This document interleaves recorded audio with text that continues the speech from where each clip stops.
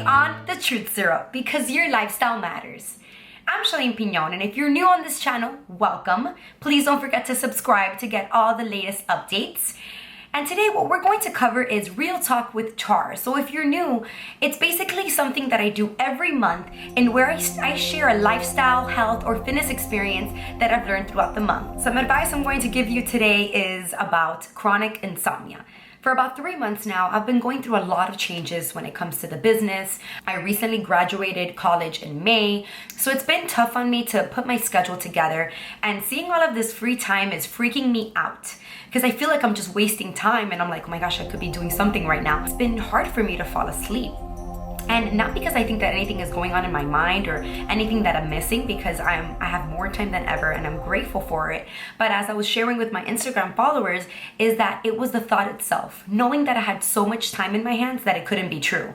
Think about it. I've been in school since I was, 8 or 7 years old, and I haven't stopped going to school since. And I've been juggling school, work, practically a social life, what you can call it. Without consciously knowing, my mind was continuing to work.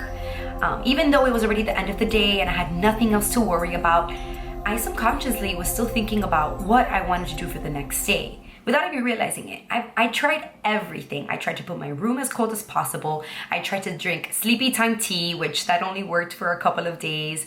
What else did I do? I didn't drink any coffee after 3, which in reality, coffee doesn't really do anything to me anymore.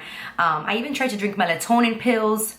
Worked for a couple of days as well, and then I would go back to chronic insomnia, and it was definitely taking a toll on me. It was giving me anxiety, and I was getting cold sweats. I was worrying that I was waking up Adrian. So you can already imagine all of the things that were running through my head. I felt like I had no control over my mind. So one night I said enough is enough, and I researched everything like I usually do. And meditation came up.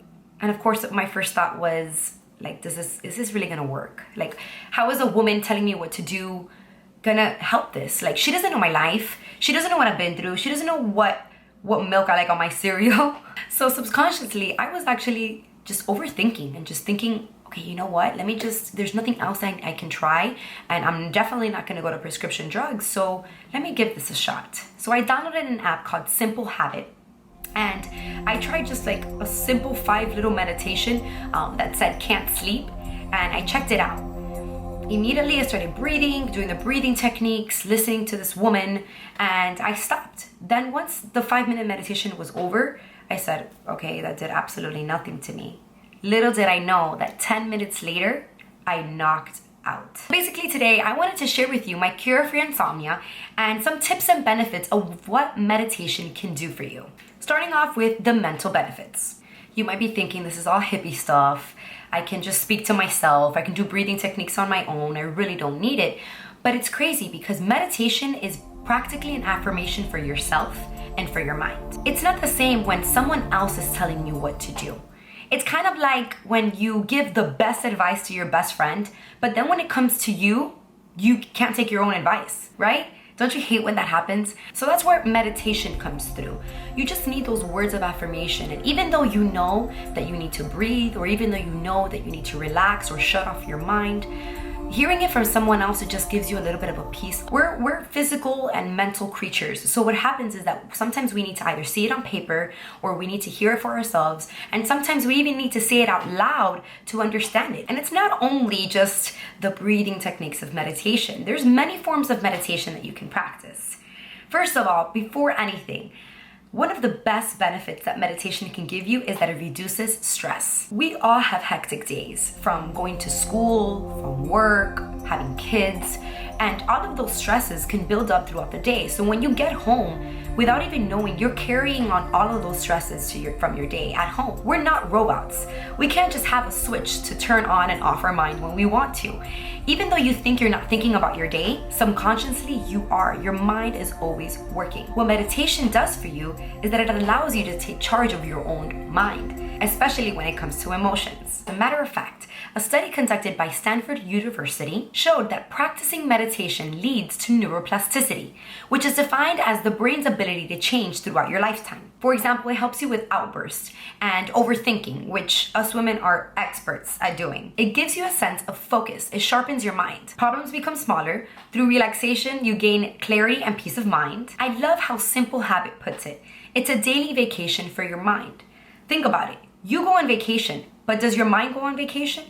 Not really. You're on vacation, you're probably thinking about the emails that you have to do and all the work you have to do when you come back. So when do you give your mind a vacation? Nothing but great stuff can come out of this. It may also even give you a sexy brain. And I know that's a broad definition of what you can consider what sexy brain is. What it does is that it increases gray matter and cortical thickness in your brain. It's kind of like a wall that is associated with decision making, attention, and memory. And if you're anything like me, not only can you never decide what to eat, but you forgot where you were yesterday. I don't know how many times I'm gonna tell Adrian that he needs to write a journal about our life, because I'm gonna forget how I met him, for sure. We're gonna be like the Notebook. What's gonna happen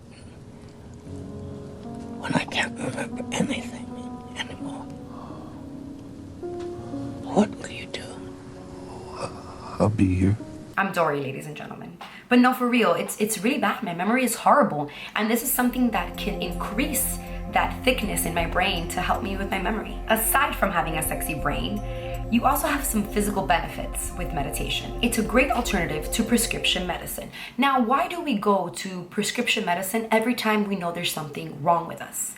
Because it's the quickest and fastest way to solve our problems. You have a headache, and what do? Immediately. Advil, Tylenol, Motrin. And what you need to be doing is trying to figure out what your body is lacking. Have I had enough water today? Have I been in front of the TV for too long? Could probably be my eyes. And there's so many things that it could be. For example, when I was going through this insomnia stage, I was really trying to find a natural remedy. So a friend told me about melatonin pills, which melatonin is a natural hormone that your brain produces so you can relax and fall asleep. So I said, you know what? I'm gonna try the melatonin pills because it's practically a natural hormone. What happens is that my mind starts becoming reliant of the melatonin pills, so it no longer needs to do the work. And what meditation does is that it gives you a sense of mindfulness. So it helps you listen to your body and what it needs. Another thing meditation does is that it lowers your blood pressure. Now guys, I'm not making this up. I've done a lot of research and I can prove it to you. In 2008, Dr. Randy Sussman, a doctor at the Massachusetts General Hospital, asked patients suffering from high blood pressure to try a meditation-based relaxation program for 3 months. Now, these were patients whose blood pressure had not been controlled with medication, which means they tried medication and it still didn't work. After meditating regularly for 3 months, 40 out of the 60 patients, that's more than 50% people, 40 out of the 60 patients showed significant drops in blood pressure levels and were able to reduce some of their medication. That's nuts. The reason? Relaxation results in the formation of nitric oxide, which opens up your blood vessels. Now I know what you're thinking. Who the heck has time to just sit around and do nothing? But listen, there are 1,440 minutes a day. How many minutes of that do you waste on Instagram, Facebook, or Netflix and chilling? That's how many minutes you can devote to meditation. I started with 5 minutes before bed. I've upped it recently to 10 minutes because I just love the effects that it's doing to my body and my mind. If you think you can't sit still or lay down, no problem. There are many forms of meditation. Take a walk without your phone, practice yoga, or even download the app Simple Habit. They have many forms of meditation there. Just take time for yourself. Every minute is a gift.